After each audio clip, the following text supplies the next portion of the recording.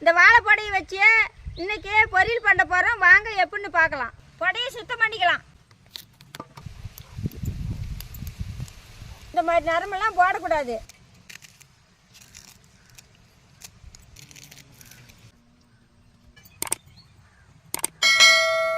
தண்ணியை அலசுன வாழைப்பொடை, கல்லுப்பு,